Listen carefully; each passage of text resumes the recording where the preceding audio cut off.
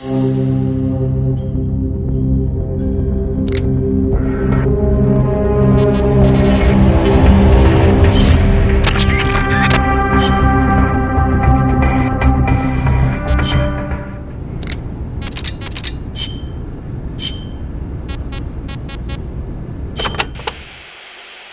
do you mean by that, modeling your AI after the female brain? Snake, what is the human mind capable of that a computer is not? Being lazy? Interesting response. And not incorrect, but the answer I was looking for was empathy. Empathy? The ability to feel for others, to be more precise. Love for a child. Pity for the weak. Grief for the dead. All of these are particularly well developed in the female brain. That's stretching it a little. On the contrary, it's perfectly reasonable. The male brain, on the other hand, may be well suited for systematic thinking, but it's less able to empathize. In that sense, it's closer to a computer. So if your objective is to make the AI think more like a human... You need to teach it how to empathize like a woman. The novel, Do Androids Dream of Electric Sheep, deals with this very problem. In the book, an empathy test is used to distinguish between machines and human beings. As machines become more and more advanced, our society will gradually become more and more systematic. Our cities will teem with robot-like people, unable to feel for others. We cannot allow that to happen. Computers must learn to empathize. The same goes for humans, only more so. Well, what about yourself? You make these claims, and yet I've never seen you empathize with a real person. It's true. Until now, I was a prisoner of death. It was my intention to die upon the completion of Mammal's development. She was my one reason to live. But you changed your mind. I did. Because she taught me the dignity of living. My eyes are open now. I want to go on living and seeing real people. I see.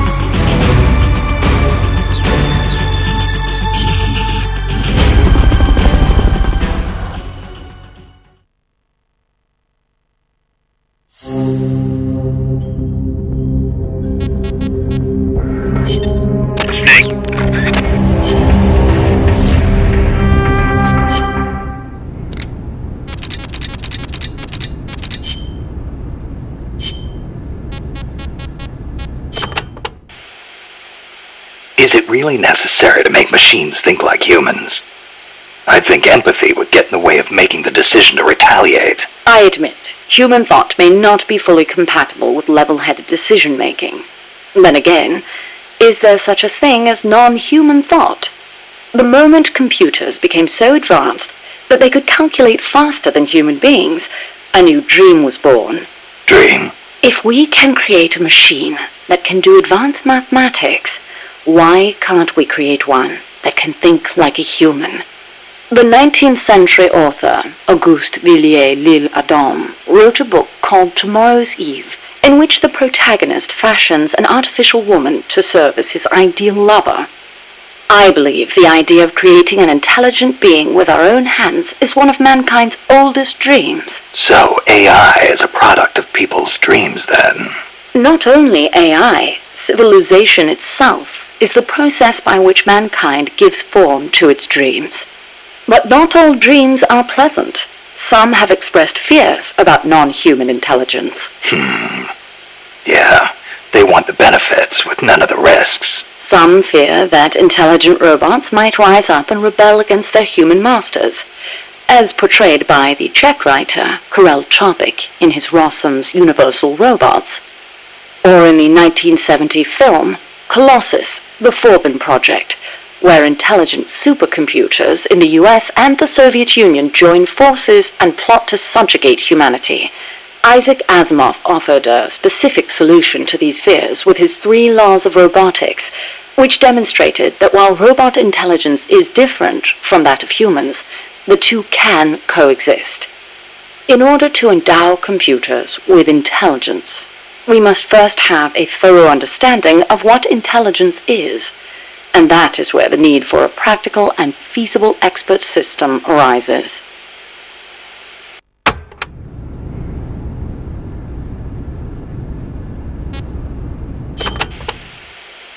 So what's an expert system? The AI housed within Peace Walker began development as such a system. An expert system is a type of proxy program by which a computer makes decisions as an expert would. The program, Mycin, for example, is a system that decides which kind of antibiotics to prescribe. The system asks the patient a series of questions to narrow down the range of appropriate drugs. So you program Peace Walker to prescribe live nuclear warheads instead of penicillin. What I realized, however, was that a simple expert system wasn't up to the task. You need more than expertise to launch a nuke. Indeed, expertise is a necessary prerequisite, but insufficient on its own. Deciding to launch a retaliatory strike requires consideration of a wider range of factors. In such a scenario, the entire global situation becomes the criterion for making a decision. Makes sense. You screw up the prescription and the whole world goes into anaphylactic shock. A weak AI that only has a limited range of knowledge upon which to base its decisions won't cut it. Therefore, I had the AI study the boss's thought patterns, thus creating a true expert system. A strong AI. You couldn't leave the world in the hands of something with anything less than absolute worldview. I could have built a simple expert system in no time at all. Say, how would you like a system that decides which guns you should equip according to the mission's parameters? I'll pass. I'm not going to leave my life up to somebody else's judgment, especially not a machine.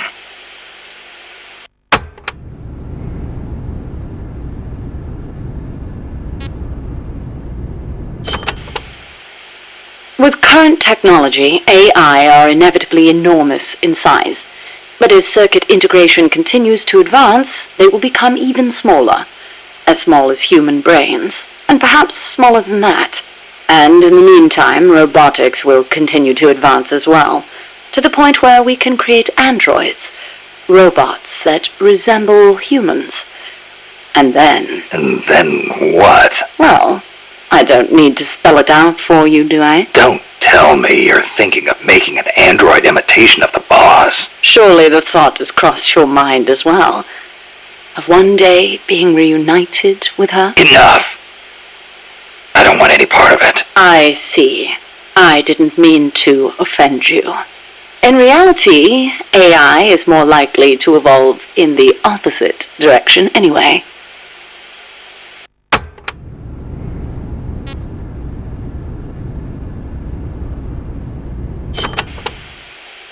The opposite direction?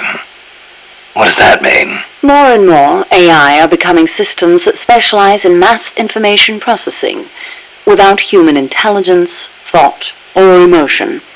A machine that has no individualism or sense of self, but rather behaves as a collective, exhibiting the qualities of a society. Like a beehive? Yes, it aggregates data collected by individuals and determines how the collective will act, just as honeybees travel between the hive and flowers. The key to achieving that will be networking AI together.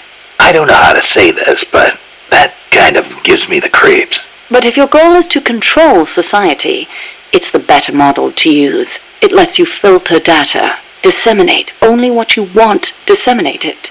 Of course, I myself have no interest in an AI without a shred of life to it.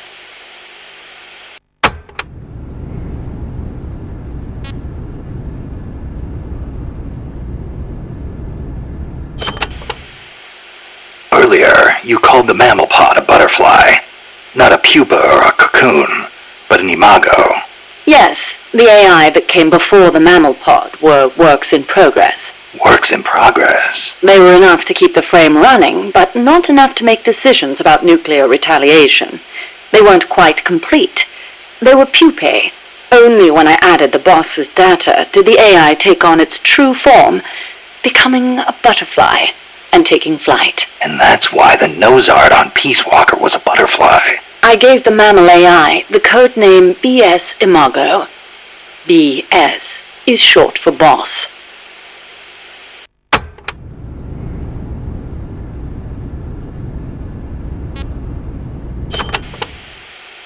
Huey called that gigantic unmanned chopper a chrysalis. Is that another one of your AI code names? Yes, you're referring to the TJ Chrysalis 6000. There's also the GW Pupa 5000, the TR Cocoon 7000. I get it. A hovercraft type and a treaded type. And those letters on the front. TJ, GW, or whatever.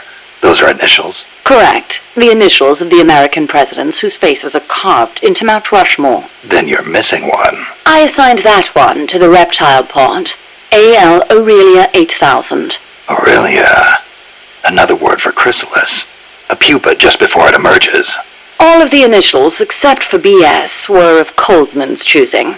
I chose mine from the storied ranks of British royalty. MS, AV, EW. What do those stand for? You can't guess. Why, Mary Stuart, Alexandrina Victoria, and Elizabeth Windsor. All queens. Of course.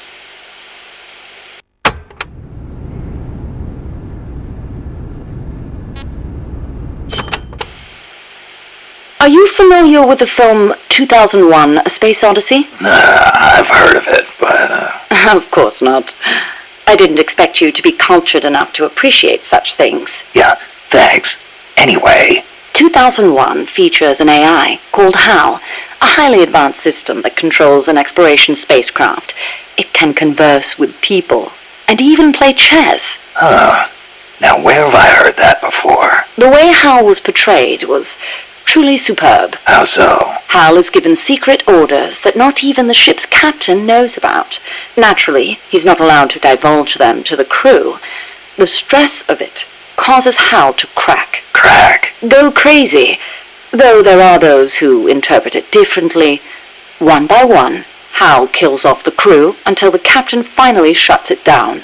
The film offers amazing insights into AI, their growth, their utility, their faults, and their fear of death. Well, you must have found it useful in your research then. Must you always be so utilitarian? It doesn't matter whether or not it's useful. What matters is that it inspired me. Then it was useful. Never mind. The portrayal of Hal wasn't the only wonderful thing about the film. It was full of hints about the future of human evolution. Truly, a film for the ages.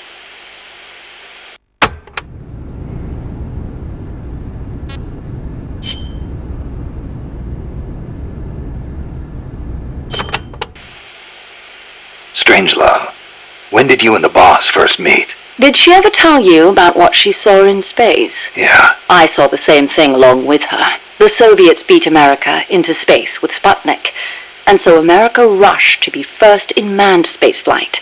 NASA used her as their top secret guinea pig, launching her deep into the cold blackness of space. I took part in the project as a scientist. You were there with her? Yes. For a brief time. We were one and the same, she and I. We sought each other out, completed each other. Did you know that inside every woman there's a universe, and that we are able to sense this in each other? We connected because of our empathetic female brains. As time went on, I began to have doubts about offering such a noble soul as sacrifice. Why did she have to... The flight test was a narrow success, and she miraculously made it back alive, but her mind and body were horribly mangled. and there was nothing I could do for her. We were no longer one and the same.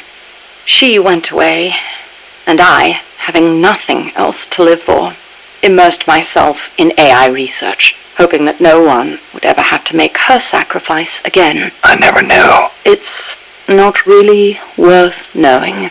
We were ships passing in the night, that's all. Perhaps someday I'll tell you the long version, if you're interested.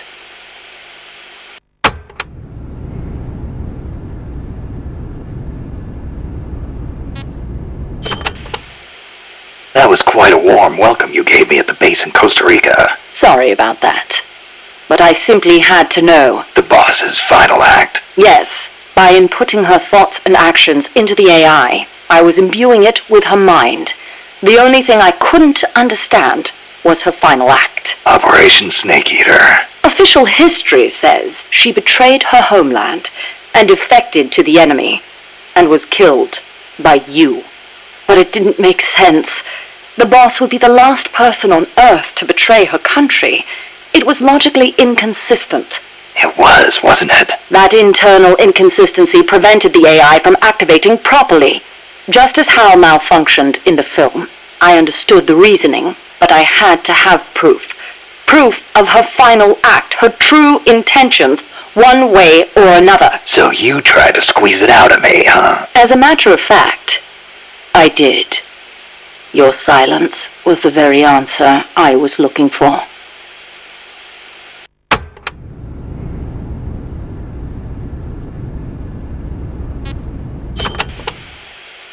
That white horse the boss rode. The Andalusian, yes. How'd it get to Costa Rica? I went looking for it. It was her final witness. Even if it couldn't speak, I found it and brought it here. Where? I thought for sure it'd be blown to ashes by those MiGs. I searched the ends of the earth for that horse, and found it at last in a horse market in Britain. Britain? Are you saying it came all the way over the Ural Mountains, through Europe, and across the English Channel? Who knows, really? Perhaps someone took it there. Wait, the thought never occurred to you that it might be a different Andalusian that only looks the same? I can't prove it. Or rather, I couldn't. What do you mean? You should know, best of all, that horse wouldn't let anyone ride it. And believe me, I nearly killed myself trying. The only one it allowed on its back was you. That was the proof, though I hate to admit it. And to think, I ran it to its death. But in that last run, it regained the glory of its youth, using the last of its strength to pursue its former master. Any horse would wish for such a fine end.